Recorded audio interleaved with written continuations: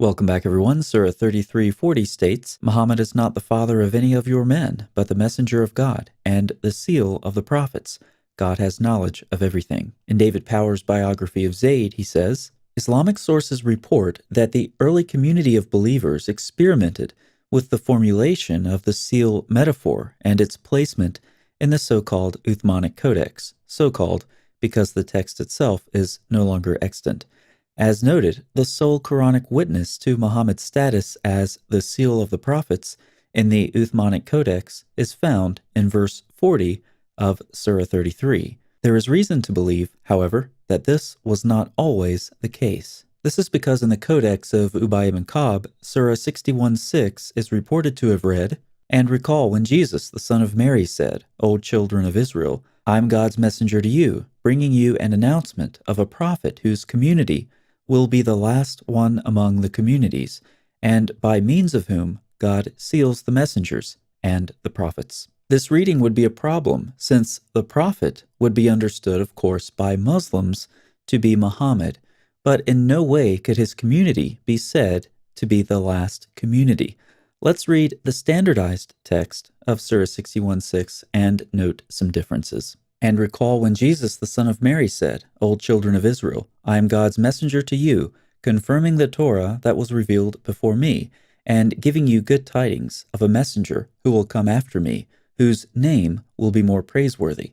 And when he brought them clear proofs, they said, 'This is clear magic.'" In Ubayy's reading, Jesus announces a prophet whose community will be the last one among the communities, and the means by which God will seal the messengers and the prophets.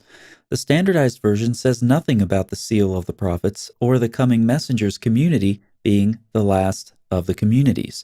Rather, the standardized version has Jesus confirming the Torah and predicting the appearing of a coming messenger. It's clear that Ubayy's reading is untenable. It cannot be said of the Quran's prophet that his community will be the last.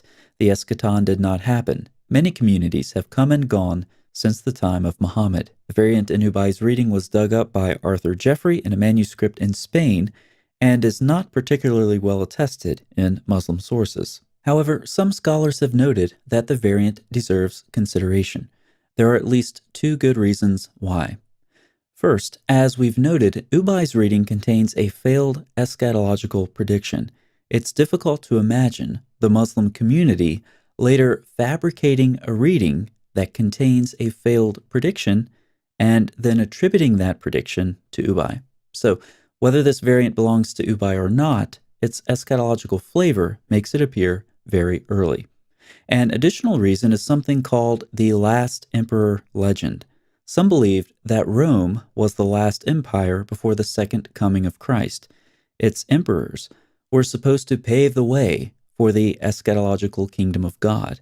This sounds very much like Ubayy's variant. David Powers detects this legend in at least three relevant sources, one in the 4th century, one in the beginning of the 7th century, and one at the end of the 7th century. Powers notes that Ubayy's version of Surah 61:6 is eschatological, and it modifies the last emperor legend in two key respects. The figure who will inaugurate the eschaton is not a king of the Greeks, but an unnamed prophet, and the last empire becomes the last Ummah. So is this important variant Ubayy's?